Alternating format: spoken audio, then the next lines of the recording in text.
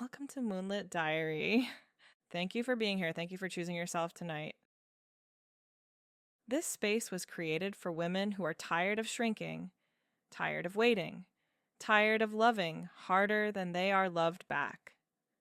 Moonlit Diary stands for women's empowerment, emotional intelligence, self respect, and healing. Here we believe that no woman was born to beg for clarity, chase consistency, or lose herself for love. Thank you for giving your time to your healing. Thank you for honoring your worth. I'm going to tell you a story about a woman named Adelaide. So get comfortable, make yourself a cup of tea, or pull the blankets a little closer around you. Let your shoulders relax and let your breathing slow down.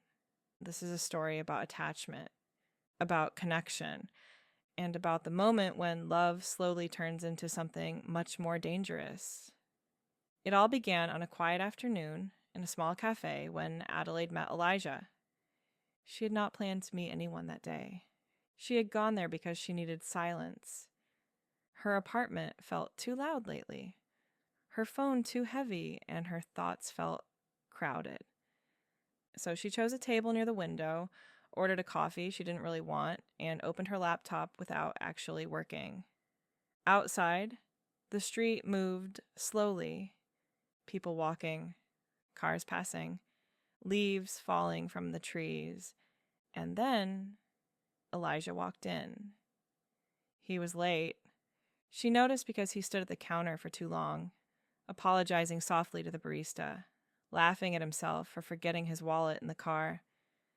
There were no empty tables left. He looked around, hesitated, and then noticed the empty chair across from her. He walked over slowly. "I'm sorry," he said quietly. "Would you mind if I sit here for a minute, just until someone leaves?" She looked up, and something very small happened. Not attraction, not sparks, recognition. He had kind eyes, tired eyes, the eyes of someone who thought a lot. She said yes. They sat in silence at first, the comfortable kind. Then he pointed at her screen and asked what she was working on. She answered. They talked about work, about books, about how strange it felt that the city was always busy, but people still felt lonely. He listened, really listened, not interrupting, not looking at his phone. When his coffee was ready, he stood up. But before leaving, he hesitated, looked at her again, smiled, and said very simply, "I don't usually do this, but would you like to talk again sometime?" She surprised herself by saying yes. That night, he texted her. Not a short message, not a casual one, a long message about how calm he had felt talking to her, about how rare it was to meet someone who didn't rush the conversation, about how he hoped she'd gotten home safely. She lay in bed and read it slowly, once, twice, 3 times, and something warm settled in her chest. Not excitement, safety. They started talking every day, not constantly, but deeply. Voice messages in the mornings, long calls at night. Sometimes they said nothing important. Sometimes they said everything. They spoke about childhood. Adelaide told him about her parents, about how love in her house had always been quiet and careful, about how she learned very young to be easy to love. Elijah told her about his past relationships, about how he always felt like he disappointed people, about how he left before anyone could leave him first. They shared music, songs they listened to in the dark. They shared secrets, things they had never told anyone, and slowly, very slowly, a sly, they built a world that only existed between them. They met often, long walks, late dinners, nights where time disappeared. He remembered everything. Her favorite tea, the way she hated loud restaurants, the scar on her knee she had gotten as a child, and Adelaide noticed something changing inside her. She slept better, her shoulders relaxed, her mind became quiet. This is how attachment forms. In neuroscience, when connection is consistent and emotionally safe, the brain releases oxytocin, Oxytocin creates trust, bonding, the feeling of home. Elijah became her home. For months, everything was steady. He called every night. He showed up when he promised. He planned weekends in advance. And Adelaide believed very quietly that she had finally found something real. They began to talk about the future, not seriously, but not as jokes either. Someday we should go there. Someday we should live near the ocean. Someday. And she held those somedays carefully in her heart. Then something shifted, so gently that at first she did not notice. One night he replied later than usual. She told herself he was busy. The next day he canceled a call. He apologized. She said it was fine. The next week he canceled again, said he was tired. She smiled and said she understood, but her body noticed. Her sleep became lighter. She checked her phone more often, not because she was worried, because she missed him. And this is where the story quietly changes. Because the first time he canceled their weekend together, something inside Adelaide cracked. Not loudly, not dramatically. She stood in her kitchen, already dressed, holding her phone, reading the message. "I'm sorry, something came up. Can we do another time?" Her hands shook, not because of the canceled plan, because of what it meant. For the first time since she met him, she felt uncertain. That night, when they talked, his voice sounded different. Still kind, but distant. Still present, but distracted. When she asked if everything was okay, he said, "Of course. Don't overthink." So she stopped asking and started adjusting. She waited longer before texting. She tried not to sound emotional. She told herself she was being mature, understanding. But something very important had already happened. Her nervous system no longer felt safe. And when safety disappears, attachment begins to tighten because the brain hates uncertainty. And uncertainty had just entered the relationship. One evening, after another short call, Adelaide lay in bed, staring at the ceiling. And for the first time, she felt afraid. Not of losing him, of needing him. She did not know it yet, but this was the beginning of the bond that would later be so hard to break. This was the moment when love slowly began turning into dependency. When Adelaide woke up the next morning, the first thing she did was reach for her phone. Not because she expected a message, because she wanted to feel close to him again. There was nothing. And for a moment, she felt that small, familiar disappointment. Then she reminded herself that he was probably sleeping, that it meant nothing. She put the phone down and went to the kitchen, made coffee, stood by the window, tried to continue her day. But something had changed. Not in the relationship, inside her, because now she was aware that she cared more than she wanted to admit, aware that his absence had weight. And awareness is dangerous because once you notice attachment, you begin to feel it everywhere. Later that afternoon, he texted, "Good morning. Sorry I was quiet. Fell asleep early." And immediately, her body relaxed. Her shoulders dropped. Her breathing slowed. Relief, not happiness. Relief. And this is how the nervous system teaches itself dependence, not through pleasure, through the removal of pain. From that day on, Adelaide began to live in small emotional cycles, waiting, hoping, relief, then waiting again. They still talked every day, but not the same way. The calls became shorter, the messages became slower, and Adelaide began to adjust herself without realizing. She waited longer before replying. She reread her messages before sending them. She deleted sentences that sounded too emotional. She stopped telling him when she was sad. She stopped asking questions. Not because he asked her to, because she was afraid of pushing him away.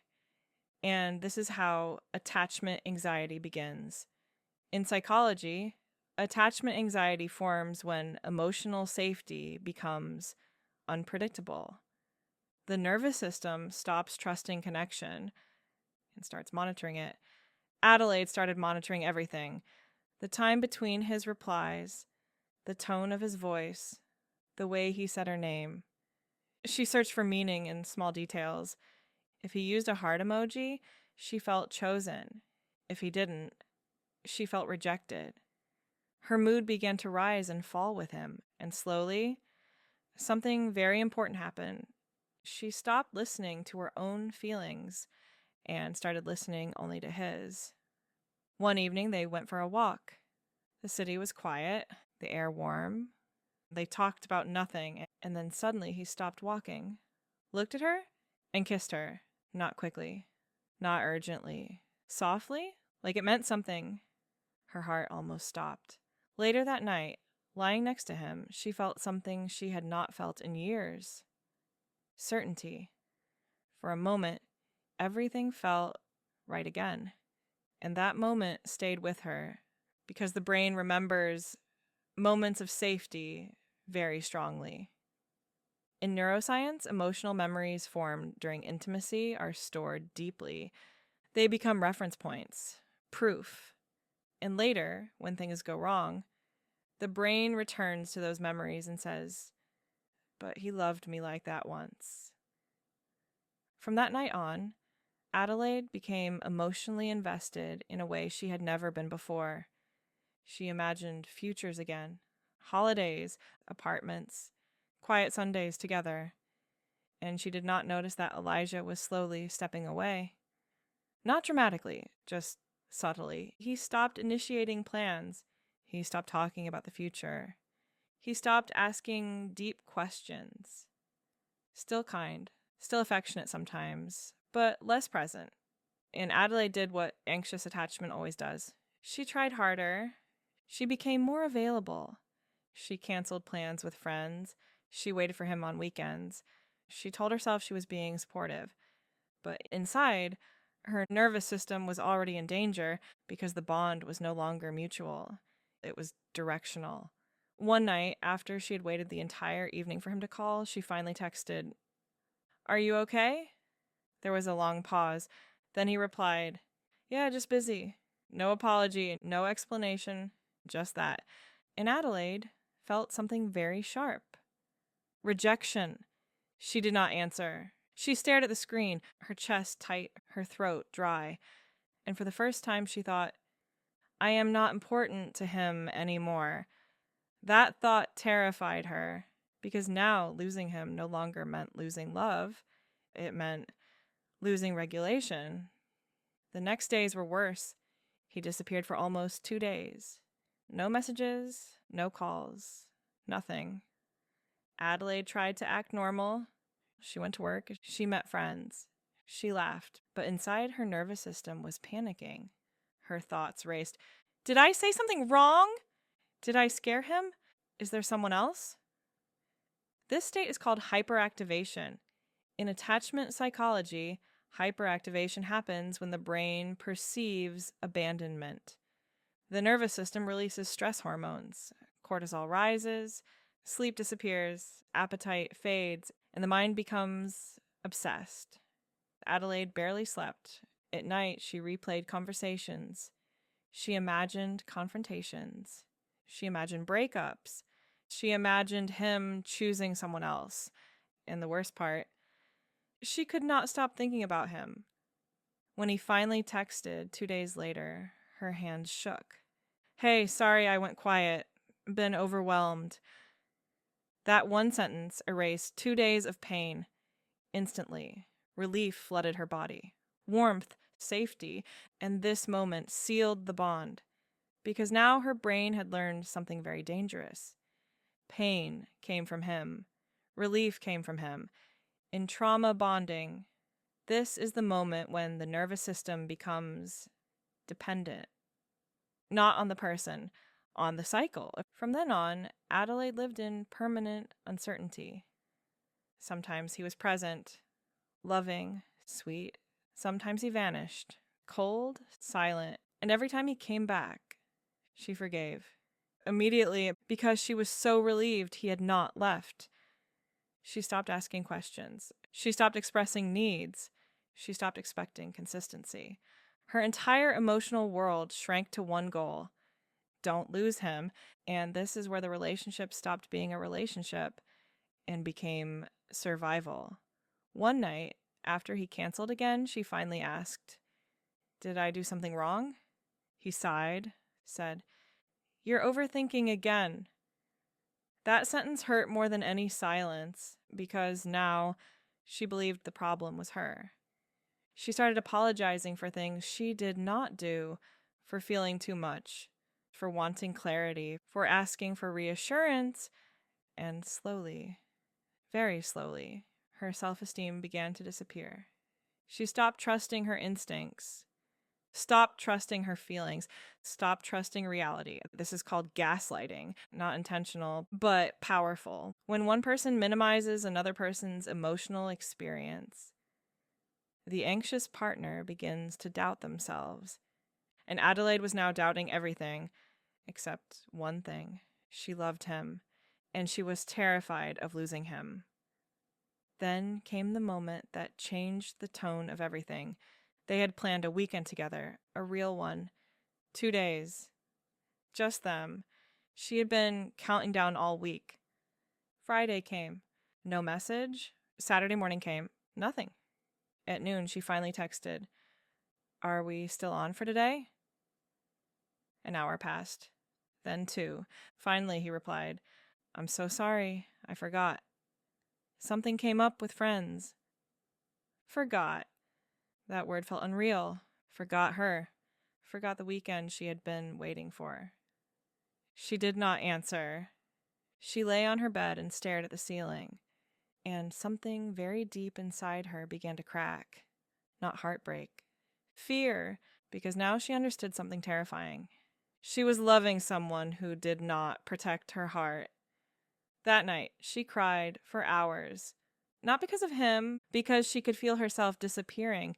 And yet, the next morning, when he texted again, she answered, because by now she did not know how not to. And this is where the bond becomes almost impossible to break. Because now, Adelaide was no longer attached to Elijah. She was attached to the version of herself that only existed when he chose her. And she was willing to destroy everything else to keep that version alive. The weekend ended without him. He did not come. He did not call. He did not explain. Sunday night, Adelaide lay in bed, staring at the ceiling, her phone on her chest. Screen dark. Her room was quiet, too quiet. Every sound felt loud. The hum of the refrigerator, a car passing outside, her own breathing. She checked the time. 11:47 p.m. She had not eaten since morning. Her stomach hurt, but she did not feel hungry. She opened their chat, read the last message again.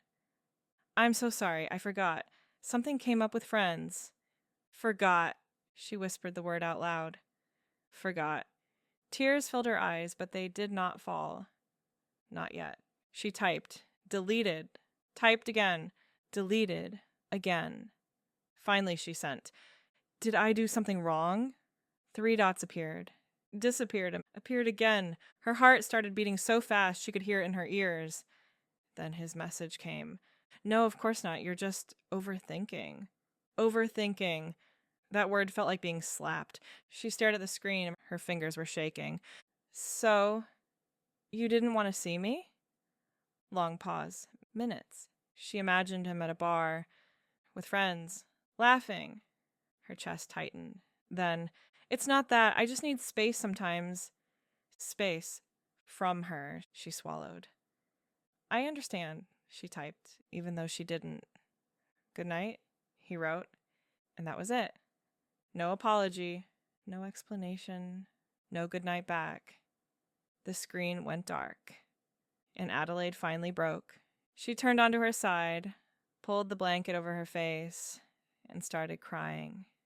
Not quietly, not politely. She cried with her whole body, her shoulders shaking, her breath breaking, her chest aching. She cried for the weekend she had imagined, for the dinner she had cooked and thrown away, for the version of herself who had waited. But mostly, she cried because she could feel something changing inside her, something dangerous. The next morning, she woke up exhausted, her eyes swollen, her head heavy, and the first thing she did was check her phone. Nothing, no message, no call. Her heart dropped. She went to work anyway, sat at her desk, opened her computer, closed it again. She could not focus. Every few minutes, she checked her phone. Nothing. At noon, she couldn't take it anymore. She texted, "Are you okay?" No answer. An hour passed, then 2. Her hands started shaking. Her mouth felt dry. She went to the bathroom and stared at herself in the mirror.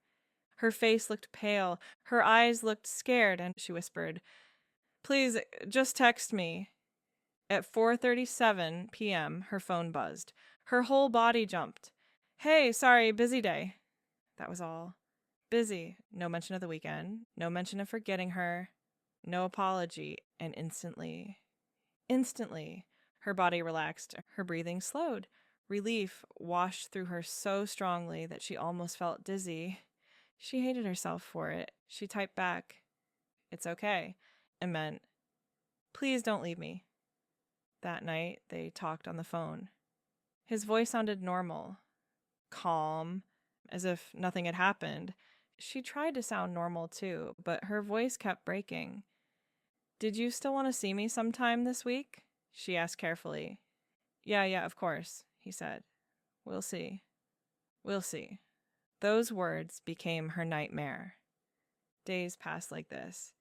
Sometimes he was warm, calling her late at night, telling her he missed her, saying, "You're really important to me." And she believed him. She held onto those words like proof. Other days, he disappeared.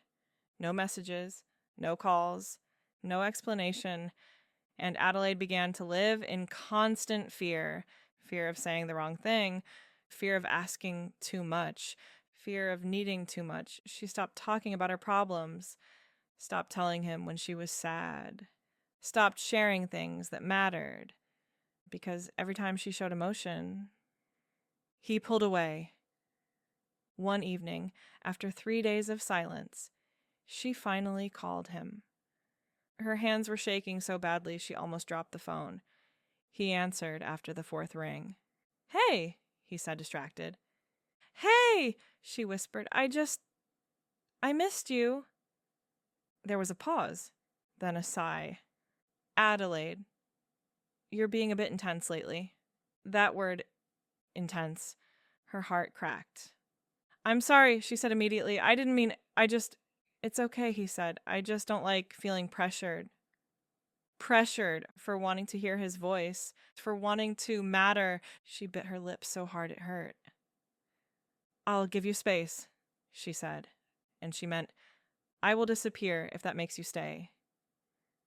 After that, she became invisible. She did not text first. She did not call. She waited and waited and waited. Sometimes days passed without a word. During those days, she could barely function. She woke up anxious, checked her phone, nothing. Went to work with a knot in her stomach, checked again, nothing. At night, she lay in bed, staring at the ceiling, replaying every conversation, trying to understand what she'd done wrong. She started blaming herself for everything. Maybe she was too emotional, too needy, too boring, and too available. Maybe if she were prettier, smarter, more relaxed, maybe then he would choose her. One night, after 5 days of silence, she finally sent, "Did I lose you?" She stared at the screen, her heart pounding. Minutes passed. Then, "No, of course not. I've just been really busy." Busy. Always busy. Never too busy for his friends, never too busy for social media, but too busy for her. She wanted to scream. Instead, she wrote, "Okay, I understand." And then he disappeared again. This time for a whole week. 7 days, no messages, no calls, nothing. Adelaide thought she was dying. Her chest hurt constantly. She could not eat, could not sleep. She checked her phone hundreds of times a day.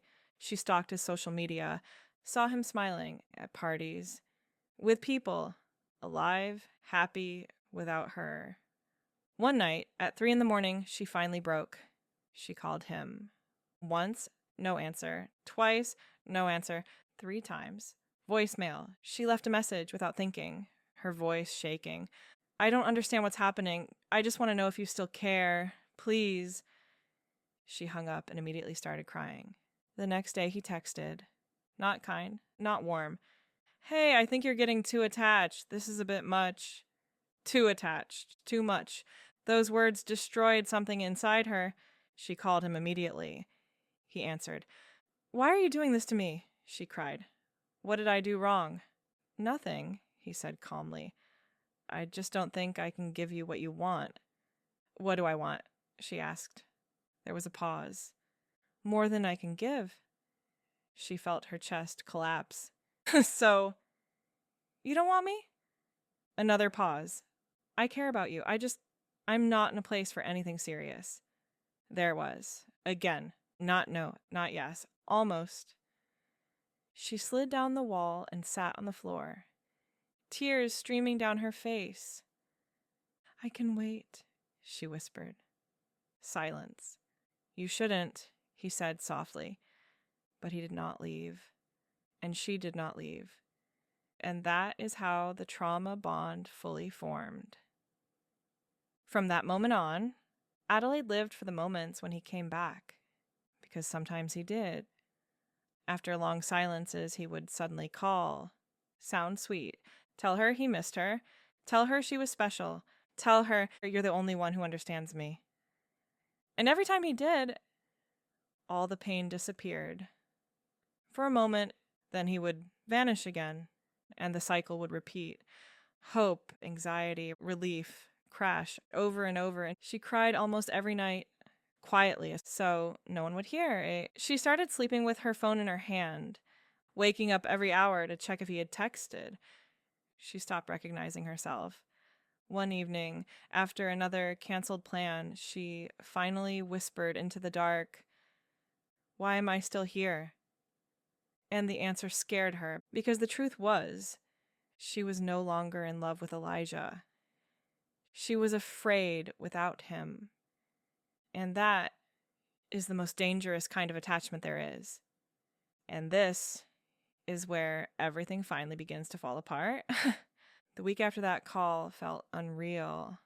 Adelaide moved through her days like someone underwater. Everything was slow, muted, heavy. She went to work, answered emails, smiled at coworkers, but inside she was counting minutes, waiting for a message, for a sign, for proof that she still existed in his life. 3 days passed. Nothing. On the 4th night, she finally fell asleep without checking her phone. And that was the night he came back. Her phone vibrated at 1:26 a.m. She woke instantly, heart racing, hands shaking. She opened the message. Hey, are you awake? Just that. 2 words, and her entire body flooded with relief. Yes, she typed immediately. I'm here. 3 dots appeared, disappeared, and appeared again. I'm sorry I've been distant, he wrote. I've just been really overwhelmed lately. Her eyes filled with tears. Not because he apologized, because he came back. It's okay, she wrote. I missed you. A pause. I missed you too. Those words almost broke her. They talked for 2 hours, like before, like nothing had happened. He laughed. He told stories. He sounded warm again. At the end of the call, he said softly, maybe we can see each other tomorrow. Tomorrow. She did not sleep at all that night. She lay in bed staring at the ceiling, smiling to herself, imagining his face, his voice, his hands. She told herself, see, he does care. I was wrong. The next day, she cleaned her apartment, changed the sheets, showered twice. put on the perfume he once said he liked. At 6 in the evening, she texted, "Still on for tonight?" No answer. At 7, she texted again. Nothing. At 8, she called. No answer. Her chest started to hurt. At 9, she sat on her couch, fully dressed, staring at the door.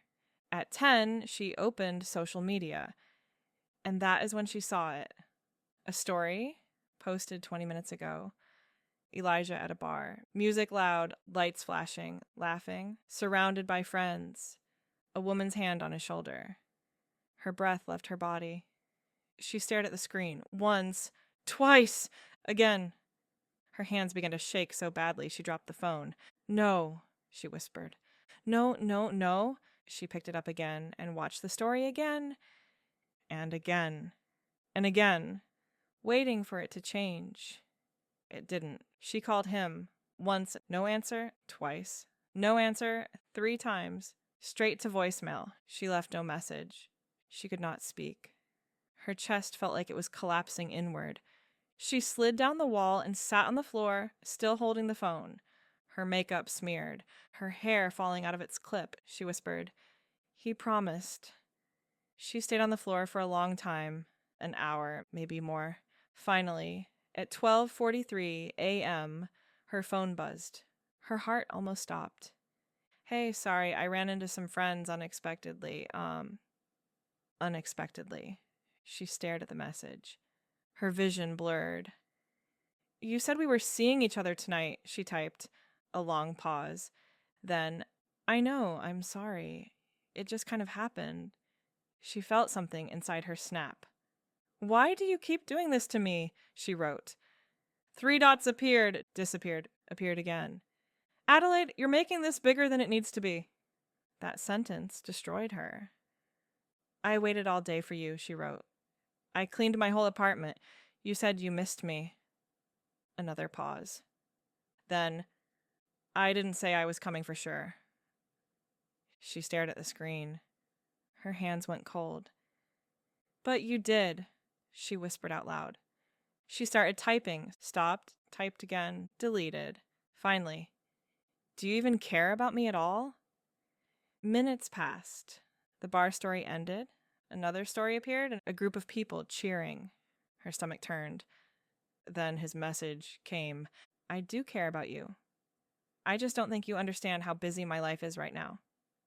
Busy, always busy, never too busy to be at a bar. She began crying again, quiet at first, then louder, her shoulders shaking, her breath breaking. "I just want to feel important to you," she wrote. There was a very long pause. Then, "I think you're expecting too much from me."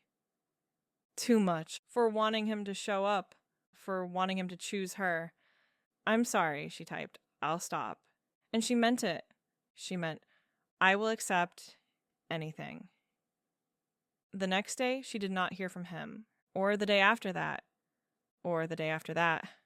4 days passed. Then 5. Her body began to shut down. She barely ate, barely slept. Her chest hurt constantly. At work, she went to the bathroom and cried in the stall. She began having panic attacks. Her heart racing, her hands numb, her vision blurry. She started Googling, "Why does my chest hurt when someone ignores me? Why can't I stop thinking about someone who hurts me?" She learned new words. Trauma bond, intermittent reinforcement, attachment anxiety. She read that unpredictable love creates addiction, that the brain confuses relief with affection, that waiting for someone activates the same circuits as withdrawal from drugs. And suddenly, everything made sense. But understanding did not help. Because addiction does not disappear when you understand it. It disappears when you stop feeding it. And Adelaide could not stop. On the 6th night, she finally called him again. At 2:11 a.m., he answered, sounded drunk. "Hey," he laughed. Her heart sank. "Why are you doing this to me?" she whispered. "Doing what?" "Disappearing, lying, making me wait." There was a pause. Then he said something very calmly, something she would never forget. "Adelaide, I never told you I was your boyfriend." The room went silent. Her ears rang. I know, she whispered. But you told me I mattered. I do care about you, he said, but I'm not responsible for how attached you get. That sentence broke her completely. So everything we had meant nothing? She asked. Another pause. I wouldn't say nothing. Not nothing, almost. She started sobbing. I don't recognize myself anymore, she cried. I'm not okay. I'm really not okay. He sighed. It sounded tired. I think you should talk to someone about that, he said. Talk to someone, not him, not the person causing it. I can't do this anymore, she whispered. Silence. I understand, he said softly. But he did not say he would change. He did not say he would stay. He did not say he loved her. They hung up. She stayed on the floor for a long time, staring at nothing, and for the first time since she met him, she felt something new, not sadness, not longing, disgust, not at him, at herself, at how small she had become, at how much she had accepted, at how badly she had let herself be treated. She stood up slowly, went to the bathroom, looked at herself in the mirror, her eyes red, her face pale, her voice hoarse, and she whispered something she had never said before. I don't want this anymore. That night, she blocked his number. Not dramatically, quietly. Her hands were shaking, her heart was pounding. She stared at the screen for a long time, then pressed confirm, and immediately. Her body panicked, her chest tightened, her thoughts screamed. What if he calls? What if he needs me? What if I regret this? She almost unblocked him. Her finger hovered over the screen. She was crying so hard she could barely breathe. But then she remembered the bar, the canceled nights, the waiting, the humiliation. And she put the phone face down, turned off the light, and lay in the dark, her whole body shaking. Because now the addiction had lost its supply, and the hardest part was about to begin. Months later, when the pain had finally softened into something quiet, Adelaide began to understand what had really happened. Not emotionally, logically. She began to see the relationship the way a stranger would have seen it from the outside.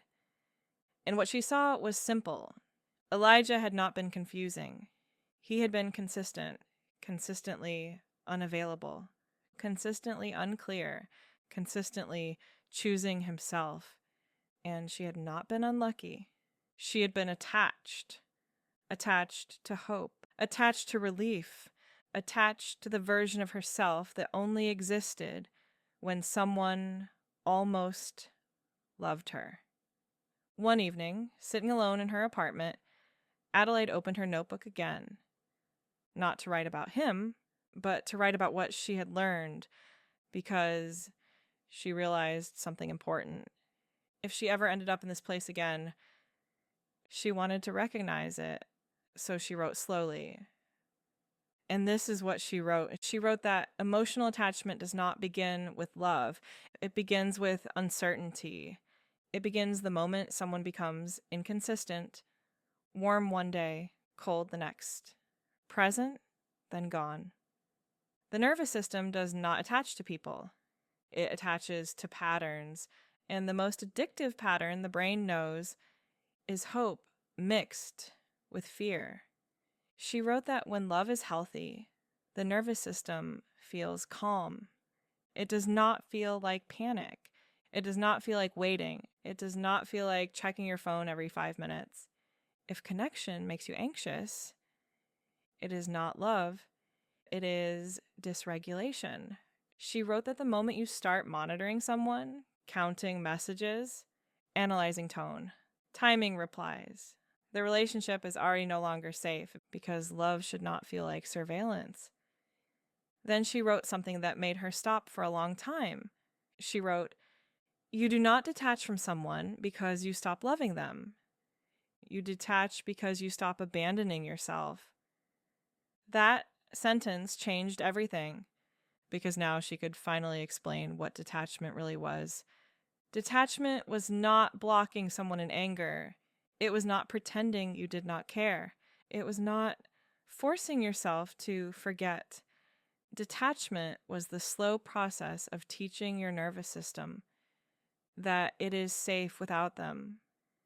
And Adelaide realized something else. Detachment does not start with emotions. It starts with behavior. Because attachment lives in the nervous system. And the nervous system only learns through experience. So she wrote down the rules she had learned the hard way. The rules that finally saved her. The first rule was simple. No new stimulation, no checking their profile, no rereading messages, no asking mutual friends, no just curiosity. Because every time you look, the attachment gets stronger. Memory research shows that recalling emotional memories reinforces them. So the first step of detachment is silence. The second rule was even harder. No contact, not friends, not closure, not one last talk. Because every interaction resets the addiction. Even one message, even one apology, even one explanation. The nervous system cannot detach. While the source is still available, the third rule was truth. Brutal truth, not memories, not fantasies. Patterns. She wrote, do not remember how they kissed you. Remember how they ignored you. Do not remember what they promised. Remember what they did. Because attachment survives on idealization, and detachment begins when illusion dies. The fourth rule was grief. Real grief. Not denial, not pretending to be strong, but allowing the body to feel the loss. Crying, shaking, missing, because suppressed grief keeps attachment alive, and processed grief sets you free. The fifth rule was replacement. She learned that the brain hates emptiness. If you remove a reward, you must replace it. New routines, new connections, new sources of dopamine, movement, learning, nature, people who were consistent, not distractions, new regulation, and finally, the most important rule of all. She wrote, if someone makes you feel anxious more than they make you feel safe, you are not attached because they are right for you. You are attached because they are familiar. That was the hardest truth. Because Adelaide realized she had not fallen in love with Elijah. She had fallen back into an old wound. The wound of waiting, the wound of quiet love, the wound of trying to earn attention. And now, she promised herself something. She promised that the next time someone made her feel confused, she would not stay. The next time someone disappeared, she would not chase. The next time someone made her question her worth, she would not negotiate.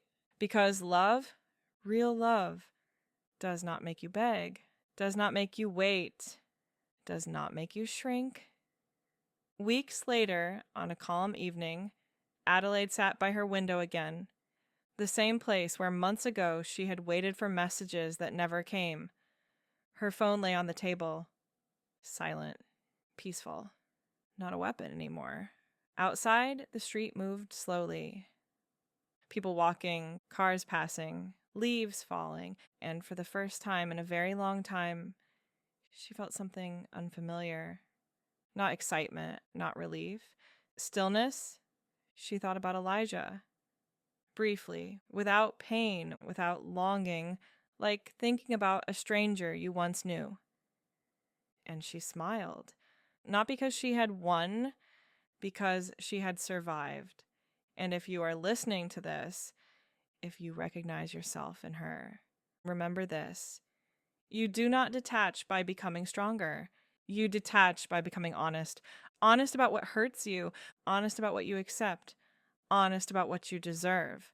You do not need closure. You do not need answers. You do not need them to change. You only need one thing. to stop feeding what is hurting you. And slowly, very slowly, your nervous system will learn something new. That calm exists without them. That safety exists inside you. That peace does not have to be earned. Take a slow breath in and let it go. Tonight, let your body rest. Let your mind be quiet. And if it helps, you can softly say, I am teaching myself how to be free. I wish you a very gentle, peaceful night. Thank you for listening. Like and comment on this video. Sleep well.